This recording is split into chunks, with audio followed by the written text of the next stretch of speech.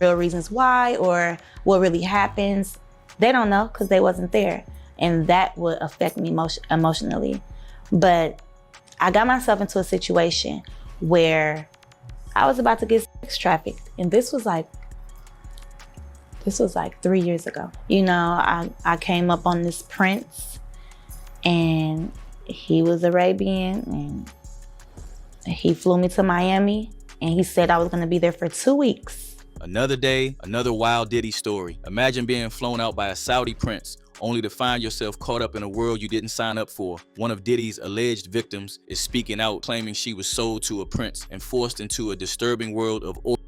And trust me, what she saw at these so-called freak-off gatherings will leave you questioning everything that you have heard so far. Let's break this down. First up, we've got Tanea Wallace, an aspiring singer-songwriter who claims her journey into Diddy's satanic world started with an invitation from a Saudi prince. According to her, she was flown from Los Angeles to Miami under the impression that this was a glamorous networking opportunity. But as she later revealed, things took a dark turn once she stepped into Diddy's so-called freak-off party. I just started hearing conversations and I just got sex trafficking from it because, you know, I heard the prince saying something like, oh, you can have whoever you want. Like he was like selling us, you know? So I'm like, is this sex trafficking? Like, Wallace shared vivid details about what she witnessed. The party reportedly went on all night, ending at 7 a.m. with people engaging in satanic acts while seemingly under the influence of drugs or alcohol. Tanea also mentioned seeing little people, if you know what I mean, dressed up like Harajuku Barbies, complete with red lipstick and outfits designed to make them look older. She said they were surrounded by adults, with some trying to shield them from view. Based on this, people are speculating that these adults were taking turns with them. They weren't supposed to be there, Wallace claimed, emphasizing how disturbing the whole scene was. Diddy's lawyers, of course, wasted no time denying her claims, calling them completely and categorically false. But as Tanea's story continues to spread, it raises even more questions about what really went down at these parties. But like this right here, where am I about to be tomorrow? And why are we still here? So then he says, well, we're gonna go to Cuba. So the girls start talking in the house and they're like, girl, I gotta get back home. And he said that I can't leave. And I'm like, well, what is he gonna do with us? Then, you know, we had went to some celebrity's house and we ended up at P. Diddy's house. And I just started hearing conversations and I just got sex trafficking from it. Allegedly, Diddy would host these parties where A-list celebs, royal families would have their pick. At a certain time, yet you knew children were there. You knew these parties were not okay. They weren't freak-offs. They were satanic ritual. Get it straight. Now, if you thought Tanea's account was bad, Ashley Parham's allegations take things to a whole new level. In a $50 million lawsuit, she claims Diddy orchestrated a horrifying act of revenge after she accused him of being involved in Tupac's death during a FaceTime call. Parham alleges that Diddy threatened her, saying she would pay for her accusations. Shortly after, she was lured to a house in Orinda, California, under the pretense of helping a friend with medication. But when she arrived, she claims Diddy was waiting for her, knife in hand. What happened next is deeply disturbing. According to Parham, Diddy and his crew jumped her, and he went as far as using a TV remote in the attack. Parham says he threatened her life throughout the ordeal, even saying, "Your life is in my hands. I can make you disappear, and no one will ever find you." Diddy allegedly tried to pay her off to claim the essay was consensual. When she refused, he reportedly threatened her family and bragged about getting away with worse crimes. The woman said she was ganged by P. Diddy and his entourage and drugged as well more than 6 years ago in California.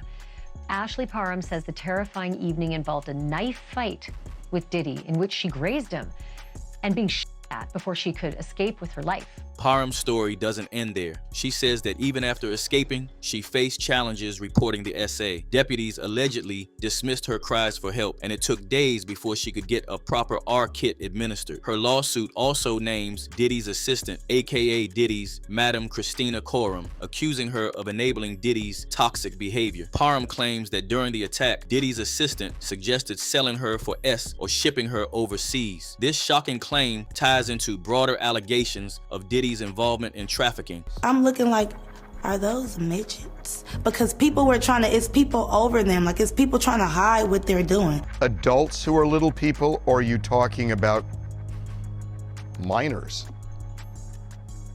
Am I gonna get in trouble? I don't want to say I witnessed any of that crazy stuff, but we all have common sense. Here's where things get even more twisted. Tanea's story about being flown out by a Saudi prince raises questions about how deep Diddy's alleged transfer network might go. Was the prince complicit, or was he another guest in a long line of powerful figures attending these infamous parties? As it stands, Diddy is facing multiple charges. He's currently being held at the Metropolitan Detention Center in Brooklyn, with the trial set for May 2025. Despite maintaining his innocence, these mounting allegations aren't helping his case. From Tanea Wallace's claims about minors at his parties to Ashley Parham's harrowing account of assault, the evidence against him continues to pile up. The internet is filled with reactions to these shocking allegations, and people have a lot to say. One comment reads, "There has to be thousands of girls like her who have the stories but are too afraid to bring them up." Another user highlighted Tanea's strength, writing, "She saved herself by being mindful of who she truly is as a person, no matter what was trying her. That takes real strength and intelligence." Despite the disturbing nature of her story, people are admiring her courage for stepping forward and shedding light on these allegations. But not everyone is letting Tanea off the hook so easily. One comment points out the complexities of the situation. Did anybody have a problem that she said she met a random prince who flew her to Miami and she stayed for 1 month? The ST had already started. Who with a healthy mind does that? And 5 kids? She doesn't look past 30. So, what do you think about all this? Could Tanea's story open the floodgates for others to come forward? Is this just the tip of the iceberg when it comes to exposing Diddy's alleged crimes? And most importantly, will justice ever truly be served? Drop your thoughts in the comments below, and while you're at it, hit that like button and subscribe for more stories straight from the streets. You won't want to miss what's coming next. Stay locked in.